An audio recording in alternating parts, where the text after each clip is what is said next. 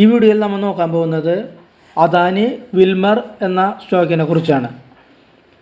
Adani Wilmar എന്നത് അദാനി എന്ന് പറയുന്ന വലിയ ഗ്രൂപ്പിൽപ്പെട്ട ഒരു ഷെയറാണ്. അദാനി ഹിഡൻബർഗ് റിപ്പോർട്ടിന് ശേഷം അദാനിയുടെ ചില ഷെയർസ് ആ റിപ്പോർട്ട് വന്നതിൻ്റെ അവിടെ നിന്ന് ഉയർന്ന് നല്ല രീതിയിൽ ഉയർന്നിട്ടുണ്ട്. ചിലത് ആ റിപ്പോർട്ടിന് ശേഷം താഴുന്നത് ഏകദേശം 50% റിക്കവറി നടത്തിയിട്ടുണ്ട്. പക്ഷെ റിക്കവറി നടത്താത്ത കുറച്ച് ഷെയർസ് ഉണ്ട് അദാനിയിൽ. അതിൽപ്പെട്ട ഒരു ഷെയറാണ് അദാനി വിൽമർ.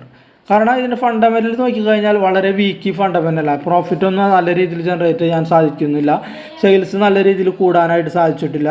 ഇതിൻ്റെ പി ഒക്കെ നോക്കിക്കഴിഞ്ഞാൽ നമ്മൾ നോക്കാതിരിക്കുകയാണ് ഭേദം. കാരണം അത്രയും ഉയർന്ന പി ഒക്കെ കാണുന്നത്. അപ്പോൾ ഫണ്ടമെൻ്റൽ ക്രൈറ്റീരിയ നമ്മൾ ഒരിക്കലും പോകുന്നില്ല. കാരണം ഫണ്ടമെൻ്റൽ നമ്മൾ നോക്കിയിട്ട് ഒരു ബെനിഫിറ്റ് ഇല്ല ഇതിൽ. ഇതൊരു ലോങ് ടേമിലേക്ക് ഇപ്പോൾ ഒരു നിക്ഷേപിക്കുമോ എന്ന് പറഞ്ഞാൽ അതും ഒരു നല്ലതല്ല അത്.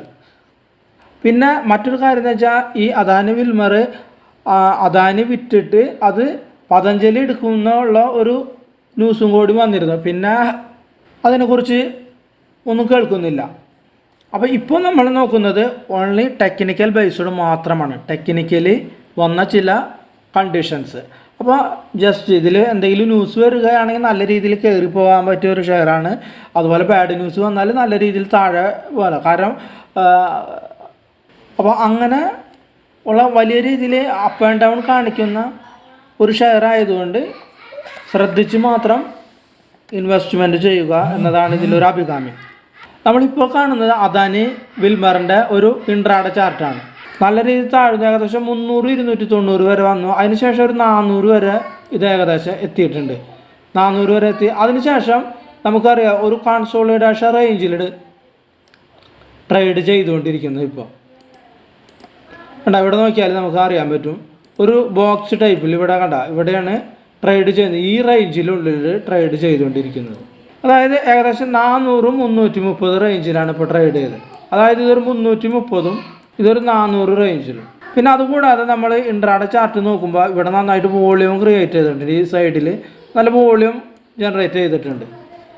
അപ്പോൾ ഇനി നമുക്ക് അറിയേണ്ട വസ്തുത എന്ന് വെച്ചാൽ ഈ റെസിസ്റ്റൻസ് ബ്രേക്ക് ചെയ്ത് കഴിഞ്ഞാൽ ഇവിടെ ഈ റെസിസ്റ്റൻസ് ബ്രേക്ക് അതായത് 400 ബ്രേക്ക് ചെയ്ത് കഴിഞ്ഞാൽ നമുക്കൊരു അപ്സൈഡ് മൊമെൻറ്റം ഇതിൽ പ്രതീക്ഷിക്കാവുന്നതാണ്.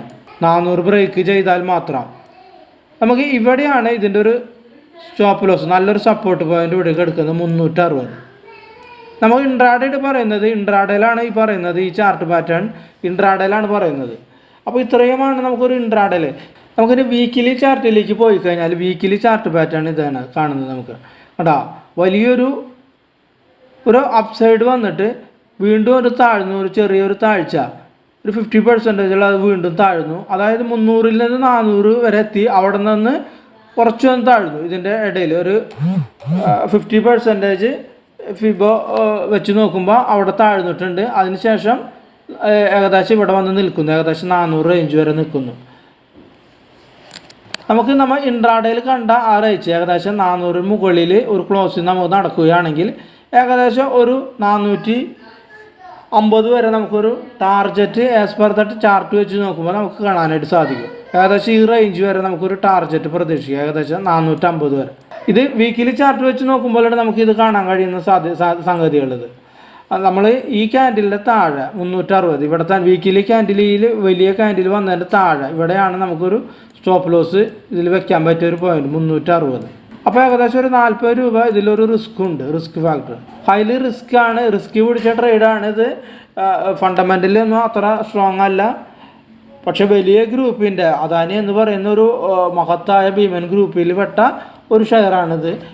ഹിഡൻബർഗ് റിപ്പോർട്ടിന് ശേഷം കയറാൻ പറ്റാത്ത ഏതാനും ചില ഷെയർസിൽ പെട്ട ഒരു ഷെയർ.